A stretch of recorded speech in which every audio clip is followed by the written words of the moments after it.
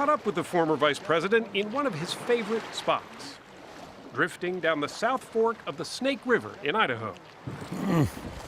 Swimming in. Fly rod in hand, matching whiffs with the trout.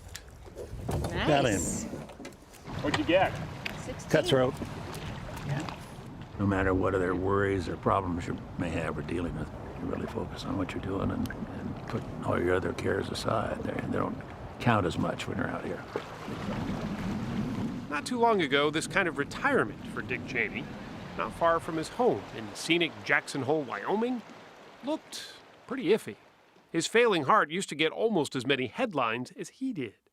But in 2012, this grandfather of 7 got a heart transplant, and suddenly, everything changed. I just was back in for my 3-year checkup. It's nothing short of miraculous. At 74, he's regained the look of his days in office, reminders of which popped up again last month with the release of these previously unseen photos. They were taken on September 11th, 2001, showing Mr. Cheney first dealing with the crisis in the White House bunker, then being whisked away to that now famous undisclosed location. It was, a remarkable day, a tragic day in terms of the loss of life and the extraordinary set of circumstances we had to face with.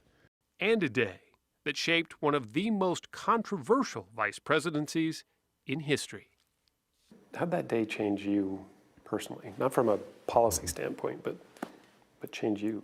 Well, it's been alleged by some of my friends that 9/11 did change Cheney, that when he was a Secretary of Defense in the first Bush administration, he was a warm, pleasant, lovable fellow. And he became more of a hard rock afterwards. And I think it's probably true. It changed the way I looked at the world. The way he looks at the world is pretty well known by now.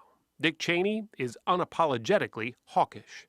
The rest of our troops in Iraq will come home by the end of the year. He was an early critic of the Obama administration's national security policies, especially the troop withdrawal from Iraq and Afghanistan. The mindset is hard for me to understand. I think we have to recognize that it's a dangerous world, that it's more dangerous than it has been before, and that those threats out there we're faced with are increasing while we strip ourselves of the ability to deal with it. Mr. Cheney is renewing his criticism of Mr. Obama with the help of his daughter, Liz, a former State Department official and one-time Senate candidate. In their upcoming book, Exceptional, published by Simon & Schuster, division of CBS, they accuse Mr. Obama of retreating from the world's problems, diminishing America's power as the threat of terrorism rises. This is a pretty harsh criticism of a sitting president. Well, it is a necessary criticism, I think, is the way we both feel about it. That, it's not an attack on him as a person, but it's very much sort of raising the alarm about the policies. Take, for instance, their criticism of the president's recent nuclear deal with Iran. With this deal, we cut off every single one of Iran's pathways to a nuclear program. You say of the deal that the Obama agreement will, 1, lead to a nuclear-armed Iran, 2, a nuclear arms race in the Middle East, and 3, the first use of a nuclear weapon since Hiroshima and Nagasaki. That's a pretty daunting prediction. I think we say it may well lead to the first use of a nuclear weapon since Hiroshima and Nagasaki. And the reality, as my dad has described, is that this deal makes war more, not less likely. Think about what kind of a regime it is. They've violated virtually every agreement they've ever been a party to. I don't think they can be trusted. I think they've demonstrated that repeatedly. The book is an expanded version of an op-ed that Cheneys wrote for the Wall Street Journal last year, where they laid out an argument that many of the GOP presidential hopefuls are now campaigning on.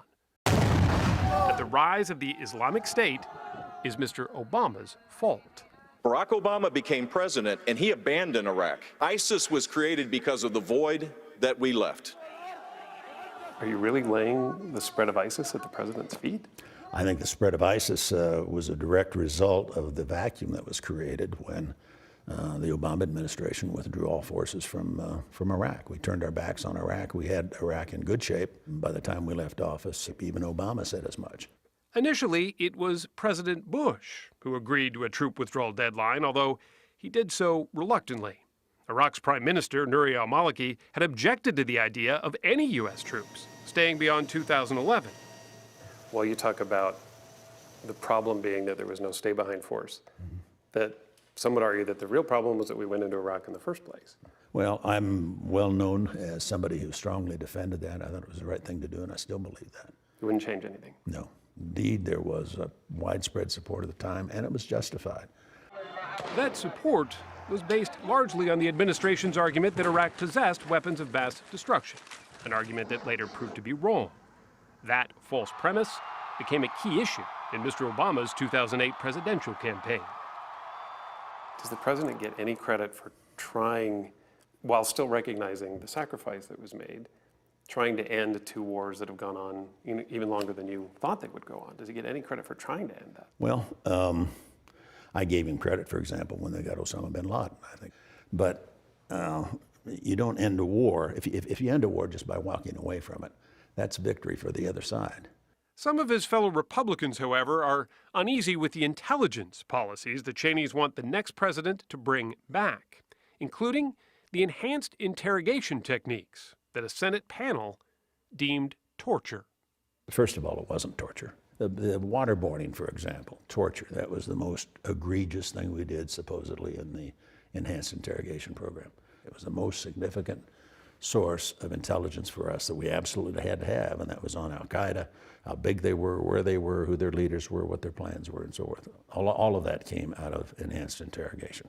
What do you say to those who say, yes, perhaps they worked, but we sacrificed our values in the process? Well, first of all, I don't believe we sacrificed our values. I think the number one responsibility of senior public officials is to safeguard the nation. Nearly 7 years out of office, Mr. Cheney remains a man not eager to make either apologies or skirt controversy. You know, if you just nothing but warmth and friendliness and so forth, seriously can't deal with the kinds of issues that I've had to deal with over the years and that I wanted to deal with. It's almost, I think, if you are criticism-free, then you're probably not doing your job. For his daughter, that unyielding nature is one of the most appealing things about him. I know of no one who has been more courageous and dedicated and honorable than my dad in terms of being willing to say, this is absolutely what we have to do, this is the right thing to do, you know, and sometimes when nobody else was willing to do it. You know, I know for all of us who love you, the gratitude as Americans that we feel is matched only by our love for him. Don't look at me like that. Well, no, thank you. His matter-of-fact veneer almost cracked there for a moment. What do you think's the most surprising thing about your dad that folks don't know? That the hitch cover on his pickup truck is Darth Vader. It is not, is it really? It is. I don't know who put it on. I haven't found out yet. But, We checked, and yes, on the back of his black F-350 pickup, it's there. The symbol of the villainous dark side that even became a bit for Jon Stewart's final show. I am more machine than man, but it has come to my attention you have been comparing me to Dick Cheney. That seems a bit harsh. So it's a point of pride in some ways for you. well, in a sense, you have to have a sense of humor about the business. Dad, this is a nice rod. Yeah, it is. I just bought it last year. His guides back on the Snake River often say that Mr. Cheney picks the hardest fish to catch in the toughest conditions. The more challenging, the better. His approach to politics seems just as targeted. Whatever you think of Dick Cheney, he's clearly not ready to hang out the gone fishing side for good. What do you want your legacy to be? Oh, I don't know. I think I'll let the historians worry about that. I feel like I did the best I could under extraordinary circumstances, and I'm satisfied with that.